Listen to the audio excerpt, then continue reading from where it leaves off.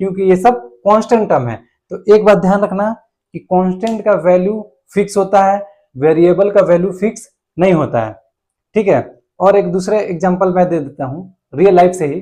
जैसे सबके पास एक ऐसा दोस्त होता है जो बचपन से ही अब तक साथ है, अब तक साथ में मतलब घूमना फिरना साथ में हो रहा है। तो देखो वो क्या हो गया, कांस्टेंट है, वो बदला नहीं।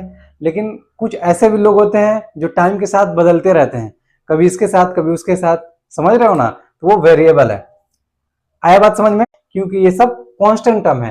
तो एक बात ध्यान रखना कि कांस्टेंट का वैल्यू फिक्स होता है, वेरिएबल का वैल्यू फिक्स नहीं होता है। ठीक है। और एक दूसरे एग्जांपल मैं दे देता हूँ रियल लाइफ से ही। जैसे सबके पास एक ऐसा दोस्त होता है जो बचपन से ही अब तक साथ है, अब तक साथ में मतलब घूमना फिरना साथ में हो रहा है। तो देखो वो क्या हो गया, कांस्टेंट है, वो बदला नहीं। लेकिन कुछ ऐसे भी लोग होते हैं जो टाइम के साथ बदलते रहते हैं, कभी इसके साथ कभी उसके साथ, समझ रहे हो ना, तो वो वेरिएबल है। आया बात समझ में?